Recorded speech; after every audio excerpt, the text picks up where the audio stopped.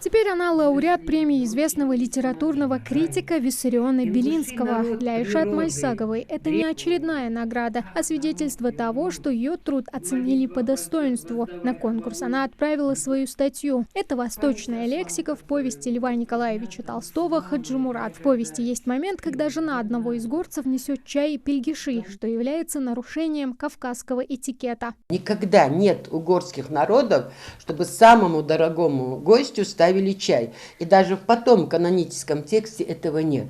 Пельгиши – раз. Блины в масле – 2 из теста. Сыр, чурек – 3. Значит, 3 наименования из теста несут с чаем. Это нарушение кавказского гостеприимства, потому что на Кавказе он быстро посылает сына, чтобы тот зарезал барана. В произведении великого писателя она смогла отыскать неточность. Правда, сама Айшат считает, что это вина не самого Толстого, а переписчиков. А это не чай, не пельгиши, это чапельгиш. Обыкновенные наши кавказское блюдо, чеченское ингушское блюдо чапельгиш, которое описывает Толстой.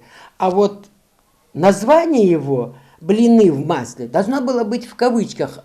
Это уже или жена, или вот кто-то переписывал, кто-то издавал, они не знали, что такое чапельгиш. Поэтому из одного слова они искусственно сделали 2. Это не единственная премия Айшат. У этой мудрой творческой женщины множество наград. Недавно поэтесса стала финалистом премии «Наследие». Эта награда учреждена Российским союзом писателей и Российским императорским домом Романовых. Теперь в копилке Айшат 2 звезды за 2020 и 2021 год. И эта победа для нее очень значима. Нам было, что вручение было, скажем, сыном княгини Марии Владимировны, которая посетила нашу республику в 2014 году на открытие мемориала Дикой дивизии, к столетию Дикой дивизии.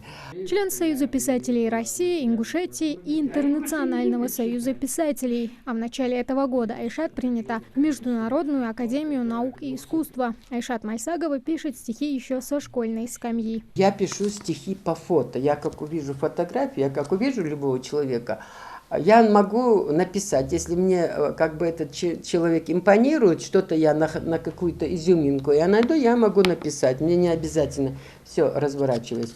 И у меня на сайте стихи.ру 3560 стихов. Айшат Магомедовну на стихи может вдохновить фото, картина или человек. Она любит писать обо всем, что ее окружает, и откликается у нее в сердце.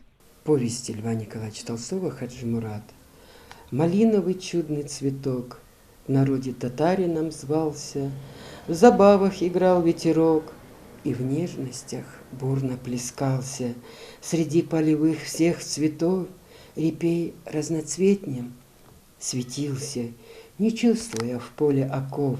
Публиковать свои работы она начала только в более зрелом возрасте, потому как муж и 7 детей занимали ее всецело. Супруг Айшат Магомедовны Ахмед Мальсагов был известным ученым, кандидат филологических наук, доцент Чечено-Ингушского университета, поэтому от гостей в доме не было отбоя. У меня муж болел. И вот это все, конечно, и 7 детей, и нужно за детьми уход, и детей нужно в школу, образование, все это.